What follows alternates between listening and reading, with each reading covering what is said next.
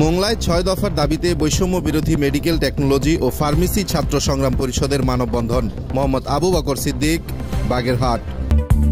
দৈনিক যায় যায় বেলা, সত্যের সন্ধানে সারাক্ষণ।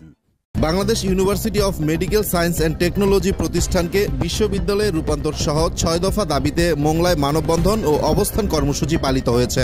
বৈষম্য বিরোধী মেডিকেল টেকনোলজি ও ফার্মেসি ছাত্র সংগ্রাম পরিষদের ব্যানারে বুধবার সকালে উপজেলা স্বাস্থ্য কমপ্লেক্সে এ কর্মসূচি পালন করেন হাসপাতালে কর্মরত স্টাফরা। দাবি আদায়ের এ মানববন্ধন ও অবস্থান কর্মসূচিতে অন্যান্যদের মধ্যে বক্তব্য রাখেন উপজেলা স্বাস্থ্য কমপ্লেক্সে মেডিকেল টেকনোলজিস্ট মাহবুবুল আলম শাহিন। এ সময় উপস্থিত ছিলেন উপজেলা স্বাস্থ্য কমপ্লেক্সে medical technologist Didarul Alam Talukdar, pharmacist Sheikh Farhaduzzaman, Sajjad Hossain, medical technologist Tanvir Islam ও রমানাথ সূত্রধর সহ অন্যান্যরা।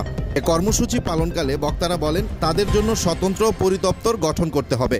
ডিপ্লোমাধারীদের ১০ম গ্রেড পদমর্যাদা প্রদান করে বিশ্ব স্বাস্থ্য সংস্থার নীতিমালা অনুযায়ী আনুপাতিক হারে পদ সৃজনপূর্বক দ্রুত নিয়োগের ব্যবস্থা করতে হবে। পাশাপাশি অগ্রাধিকার ভিত্তিতে ২০১৩ সালের স্থগিতকৃত নিয়োগ প্রক্রিয়া চালু করতে হবে। গ্র্যাজুয়েট মেডিকেল টেকনোলজিস্ট ও ফার্মাসিস্টদের ৯ম গ্রেডের পদ সৃষ্টিপূর্বক চাকরিজীবীদের আনুপাতিক হারে পদোন্নতির নিয়ম বহাল রেখে স্ট্যান্ডার্ড সেটআপ ও নিয়োগ বিধিতে অন্তর্ভুক্ত করতে হবে। ঢাকা আইএইচটিকে Bangladesh university of medical science and technology নামকরণে বিশ্ববিদ্যালয়ে রূপান্তর করতে হবে এবং উক্ত বিশ্ববিদ্যালয় সহ অন্যান্য সকল আইএসটি সমূহের অন্য মেডিকেল টেকনোলজিস্ট ও ফার্মাসিস্ট শিক্ষকদের স্বতন্ত্র ক্যারিয়ার প্ল্যান গঠন করে বিদ্যমান নিয়োগ বিধি ও অসঙ্গতিপূর্ণ গ্রেড সংশোধন করতে হবে। এ সময় বক্তারা আরও বলেন, মেডিকেল টেকনোলজি কাউন্সিল গঠনের মাধ্যমে পেশাদার লাইসেন্স প্রদান, ডিপ্লোমা মেডিকেল এডুকেশন বোর্ড গঠন এবং প্রাইভেট সার্ভিস নীতিমালা প্রণয়ন করতে হবে। সকল অনুষদের বিএসসি, এমএসসি ও বিফার্ম কোর্স চালু করা এবং স্কলারশিপ সহ প্রশিক্ষণ ভাতা চালু করতে হবে। বর্তমান বৈষম্য বিরোধী সরকার অবশ্যই তাদের এই যৌক্তিক দাবি বাস্তবায়নে সহায়ক ভূমিকা রাখবেন, অন্যথায় এ দাবি বাস্তবায়নে ভবিষ্যতে তারা আরও কঠোর কর্মসূচির ঘোষণার পাশাপাশি আন্দোলন সংগ্রাম পালনের হুঁশিয়ারি দেন। তথ্য দিন, সত্যকে তুলে ধরার চেষ্টা করব। দৈনিক যায় যায় বেলা।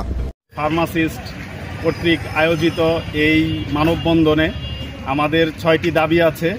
৬টি দাবির মধ্যে প্রথম দাবি হচ্ছে স্বতন্ত্র পরিদপ্তর গঠন, তারপর ডিপ্লোমা মেডিকেল টেকনোলজিস্ট ও ফার্মাসিস্টদের ১০ম গ্রেড প্রদান এবং তাদেরকে পদ সৃজন করে নিয়োগ প্রদান করতে হবে। গ্র্যাজুয়েট মেডিকেল টেকনোলজিস্ট ও ফার্মাসিস্টদের পদ সৃজন করে নিয়োগ প্রদান করতে হবে। সেই সাথে ঢাকা ইনস্টিটিউট অফ হেলথ টেকনোলজিকে বিশ্ববিদ্যালয়ে রূপান্তর করতে হবে। আমাদের ফার্মাসি কাউন্সিল আছে, বাট মেডিকেল টেকনোলজি কাউন্সিল নেই। মেডিকেল টেকনোলজি কাউন্সিল করতে হবে। মেডিকেল এডুকেশন বোর্ড তৈরি করতে হবে। সেই সাথে প্রাইভেট সার্ভিসে যারা আছে তাদের জন্য একটা নীতিমালা প্রণয়ন করতে হবে এবং হচ্ছে সকল অনুষদের ফার্মাসি সহ ল্যাব, রেডিওলজি, রেডিওথেরাপি, ডেন্টাল সকল অনুষদের বিএসসি এবং এমএসসি কোর্স চালু করতে হবে। এই বলতে চাই যে আমরা যারা মেডিকেল টেকনোলজিস্ট আছি তারা পর্দার আড়ালে কাজ করে থাকি। একজন মানুষ বা একজন রোগী সে একজন ডাক্তারকে দেখাইতে চাইলে ১,০০০ টাকা ভিজিট বা ২০০ টাকা ভিজিট, ৫০০ টাকা ভিজিটে একজন ডাক্তারকে দেখায়। সেখানে দেখা যায় যে ডাক্তারদের অনেক ডিগ্রি, তারা দেখে যে সে এমবিবিএস কিনা, সে এফসিপিএস কিনা, সে এমআরসিপিএস করছে কিনা। বাট যখন সে ৫,০০০ টাকা টেস্ট করে তখন কিন্তু সে দেখে না যে তার এই ৫,০০০ টাকার টেস্ট কে করতেছে। এই ৫,০০০ টাকার টেস্ট যারা করতেছে তার রক্তের সিবিসি পরীক্ষা, তার রক্তের বিডাল পরীক্ষা, টিএসএস পরীক্ষা, সিটি স্ক্যান, এমআরআই, এই জিনিসগুলা যারা করে থাকে তারাই হচ্ছে মেডিকেল টেকনোলজিস্ট। তাই আমি দৈনিক যায় যায় বেলা, সত্যের সন্ধানে সারাক্ষণ।